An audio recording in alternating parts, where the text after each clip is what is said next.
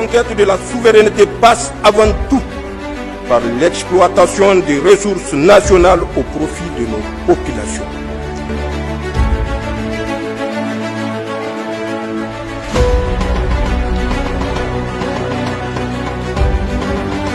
Dans le sud-est du Niger, un tournant majeur dans la lutte contre l'insécurité. Ce jeudi 15 août, au petit matin, les forces armées nigériennes ont mené une opération militaire d'une rare précision, aboutissant à l'élimination d'Ibrahim Mahamadou, plus connu sous le nom de Bakura. Cet homme, redouté et insaisissable, était l'un des chefs les plus violents de Boko Haram. L'opération s'est déroulée à l'aube, sur l'île isolée de Chilawa, dans la région de Difa, théâtre de nombreuses attaques terroristes depuis près d'une décennie. Selon le rapport officiel des forces armées nigériennes, 3 frappes aériennes chirurgicales ont visé les positions régulièrement fréquentées par le chef djihadiste. Les militaires parlent d'une action sans bavure, exécutée avec une précision. Boko Haram, rappelons, né au Nigeria en 2009, a fait basculer toute la région du lac Tchad dans la terreur. Le groupe est responsable de près de 40 000 morts et de millions de déplacés. Le Niger a particulièrement payé un lourd tribut depuis 2015, avec notamment l'attaque de Bosso, première incursion meurtrière sur son sol.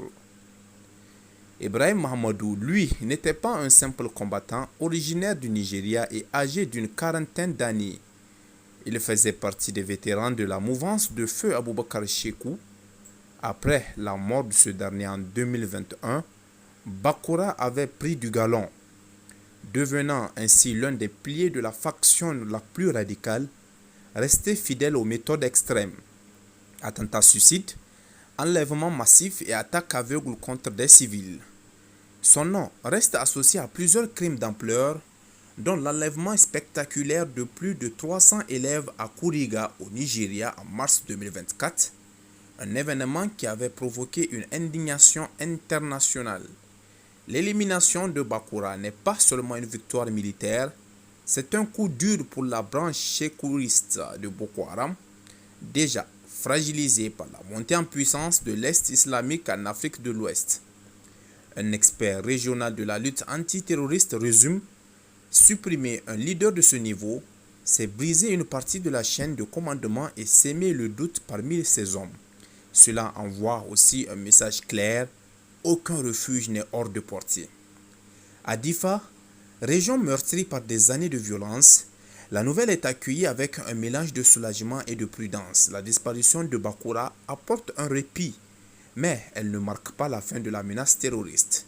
Car si une tête du serpent est tombée, l'hydre djihadiste garde encore des ramifications actives. Ce succès, salué comme un exploit militaire, illustre cependant la détermination et les capacités opérationnelles des forces armées nigériennes dans un contexte régional complexe marqué aussi par les défis du Sahel.